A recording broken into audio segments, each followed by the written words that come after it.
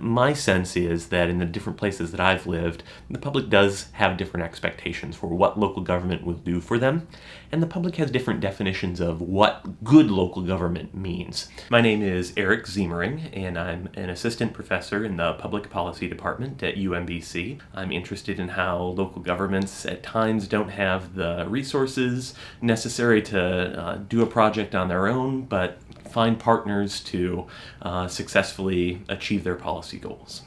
My research in California has given a lot of attention to shared service arrangements in police and fire services. City governments are attempting to negotiate cooperative relationships for police and fire services because cities invest a lot of money in public safety. And since the economic recession put new pressures on local government budgets, cities have really thought hard about whether they need their own police and fire departments or whether they can develop new partnerships and regional models to provide those public safety services. One of the biggest challenges I see when local governments begin discussing cooperation is an overestimation of the benefits that cooperation might bring. Cooperation is difficult because it does require an ongoing relationship.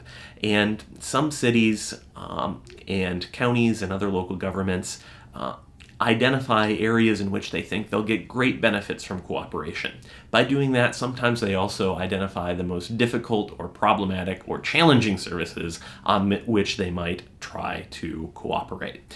In addition to studying cooperation on local government service delivery, I'm interested in other problems where governments need to pursue a particular policy goal, but they might not have the resources to do that on their own.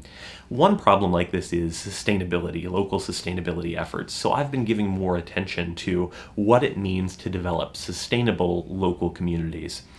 For a lot of people, sustainability means the adoption of some environmental policies. But for the local governments and the community-based organizations working on sustainability, sustainability means a lot more than that. This is a hard time for city governments to work on sustainability because while it's an important goal, there are limited resources right now. So cities find themselves forming cooperative relationships with other governments, but also with nonprofit organizations, with the private sector, with citizens groups and members of the public in order to pursue sustainability goals. Baltimore, as a city, has a very interesting sustainability plan. And sustainability takes on many complex meanings in a city like Baltimore. So the research that I have planned right now will, I hope, help us better understand what it means for Baltimore to be a sustainable city.